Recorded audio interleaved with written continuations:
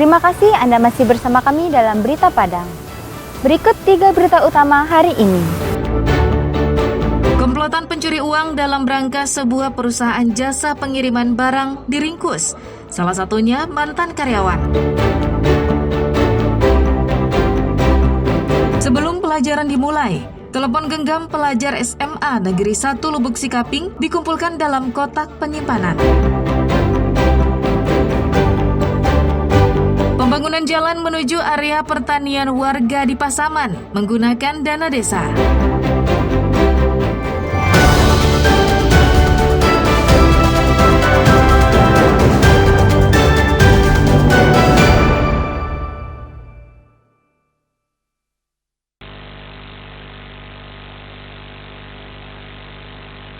Dalam sebuah rekaman kamera pengawas, terlihat seorang pencuri menggasak brankas yang berisikan uang tunai ratusan juta rupiah milik salah satu kantor jasa pengiriman barang di Kota Padang pada Sabtu dini hari.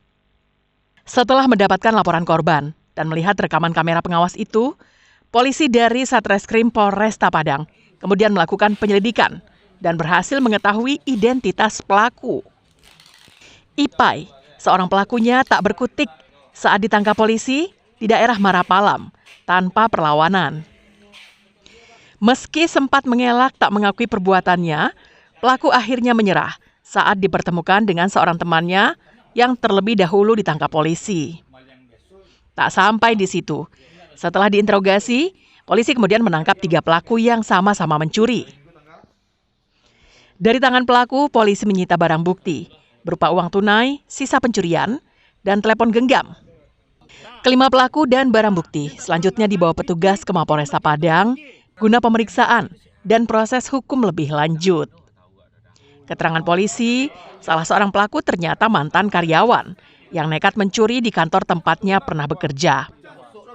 Motifnya karena terlilit utang dan sakit hati kepada mantan majikan saat masih bekerja di kantor jasa pengiriman barang itu. Setelah kita ke TKP, melihat petunjuk atau alat bukti berupa CCTV. Setelah kita lihat dan kita lakukan olah TKP, dan yang kita curigai satu orang karyawan dari JNT tersebut. Setelah kita amankan, kita bawa ke Mako Polresta Padang, kita interogasi. Untuk pelaku mengakui bersama 4 orang rekan lainnya telah melakukan pencurian uang yang ada di dalam brankas.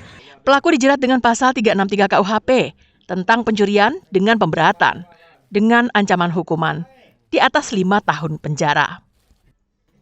Alfi melaporkan dari Padang.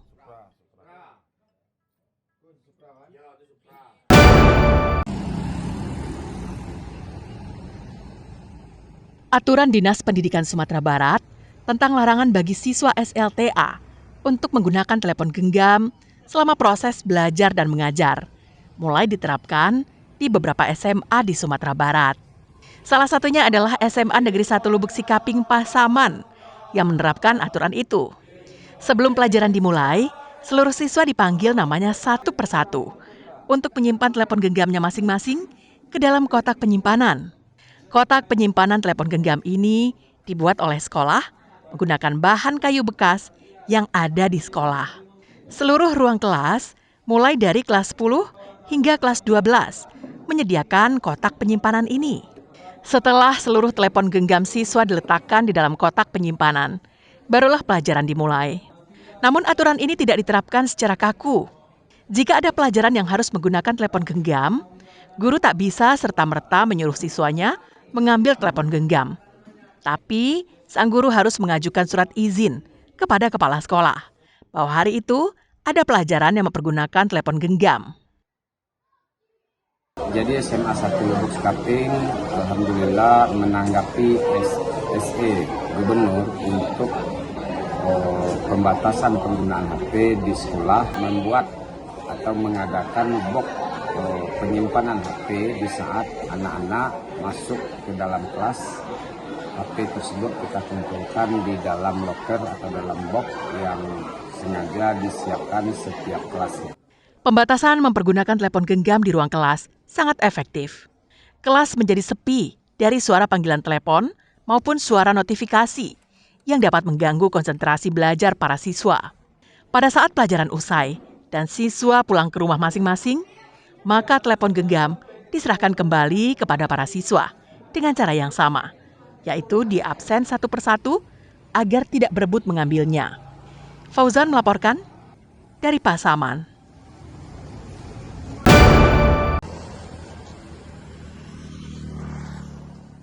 Sebuah jalan nagari yang merupakan akses menuju areal pertanian milik warga dibangun di Nagari Ayamanggih, Kecamatan Lubuk Sikaping, Pasaman. Jalan dari Pasar Daliak ke Lubuk Jantan dengan lebar 3 meter dan panjang 100 meter ini terletak di Jorong Kampung Nan Anam, Nagari Ayamanggih Utara, dibangun menggunakan dana desa tahun 2025. Jalan ini dibangun untuk memudahkan akses bagi petani untuk menuju lahan pertanian, serta membawa hasil pertanian mereka ke pasar. Pembangunan jalan ini menghabiskan biaya 80 juta rupiah untuk memudahkan akses keluar masuk petani dan hasil pertanian mereka. Selama ini jalan itu hanya berupa jalan setapak. Manfaatnya banyak sekali. Contohnya kalau orang yang ada sawahnya di situ kan bisa untuk membawa bahan-bahan hasil dari pertanian, kebun, bisa untuk pemukiman, banyak. Menurut Wali Nagari Ayamanggih Utara, pembangunan jalan ini sekaligus untuk mendukung program pemerintah tentang ketahanan pangan. Ini pembangunannya itu bersumber dari alokasi dana desa Nagari Ayamanggih Utara. Itu dengan nominalnya itu kisaran 80 juta rupiah. Itu dalam perencanaan itu lebih kurang 100 meter dalam pembangunan jalan usaha tani masyarakat di Nagari Ayamanggih Utara. Karena di sini kebanyakan masyarakat yaitu berprofesi sebagai petani yang memiliki area sawahan. Artinya di sini itu mendukung ketahanan pangan bagaimana masyarakat. Diharapkan dengan adanya jalan usaha tani ini, penyaluran maupun penjualan hasil pertanian menjadi lebih lancar, sehingga dapat meningkatkan perekonomian petani. Fauzan melaporkan dari Pasaman.